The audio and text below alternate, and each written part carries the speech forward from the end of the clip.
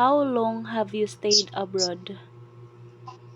Almost ako na 2 years. 1 year and 11 months. Pay mong purpose nga nang nagstay man ka ara. For work, para mo dato. Nagstay ko dire for work. What were you most unforgettable? Kabang ansay mo na di malimtan nga mga experience diha, and how will you describe them? Maadyo ba or kanang bad? Unsay dili na malimtan diri is Oh.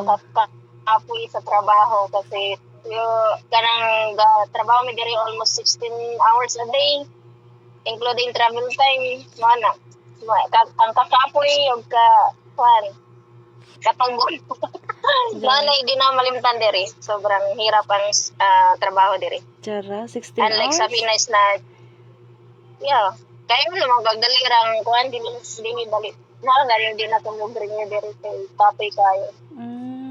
Mahirap maging OFW.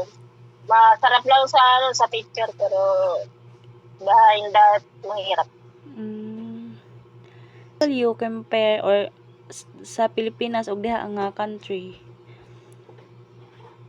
In terms sa salary, mas okay diri kay murag times 2, 3 times ang salary diri kay sa Pilipinas. Pero pagdating sa trabaho is mas gaan ang trabaho diha kay pwede man ka mo refuse, pwede ka mag-absent.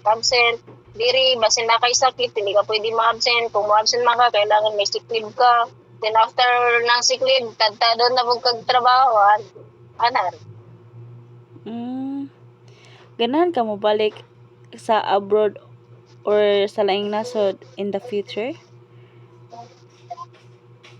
Bisan kapoy kayo, ganahan ka po. Kaya ako magsuldo diri, pero dili na ko diri nga country sa Saudi.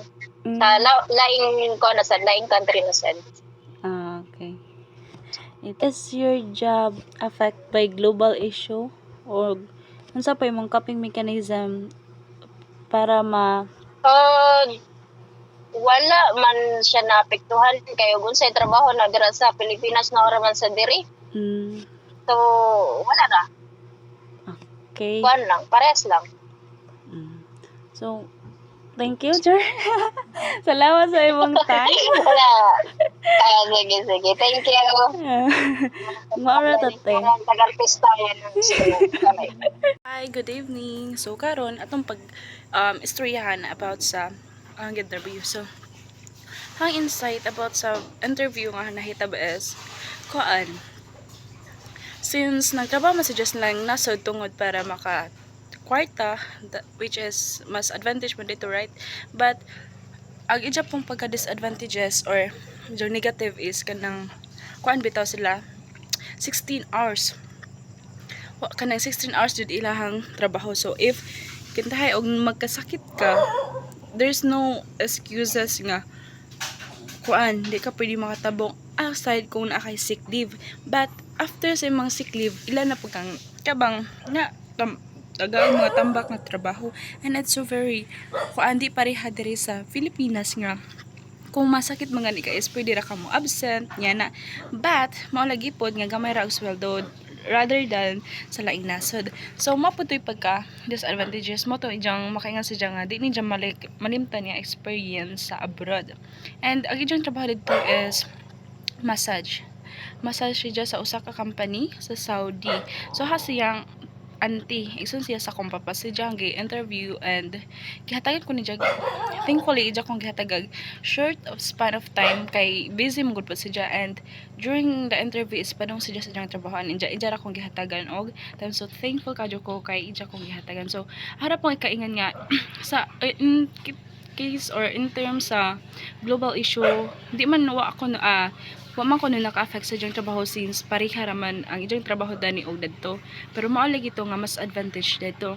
Pero ahapong nakanan is kita Filipino is maoy mas naapektuhan sa global issues tungod kay like for example, di ba karon corruption is well known na diri sa kataang bansa. So ug makahibaw ng mga investor nga corrupt ning bansa, so mo withdraw sila sa ilang mga investment diri sa Pilipinas. So what will happen sa Pilipinas? So, di ba gamay nagba-invest, so ang mahitabo diha mahal na ang dako nag inflation tungod sa mga dako nag inflation, and ang naing nasod nun is magka-increase ilang ilang kanang na ilang rate dito sa ilang kwarta tungod kay dito naman ma-invest nila ag mga foreign or mga investor nga business kay tungod kay di ba kay corruption man ta dani, so di na sila mo invest dani nato kay mao lagi to about sa corruption. So mo to nga kita dani may mas naapektuhan sa global issue rather than to mga naslaing nasod. So mura po to hang insightful sa interview. Thank you.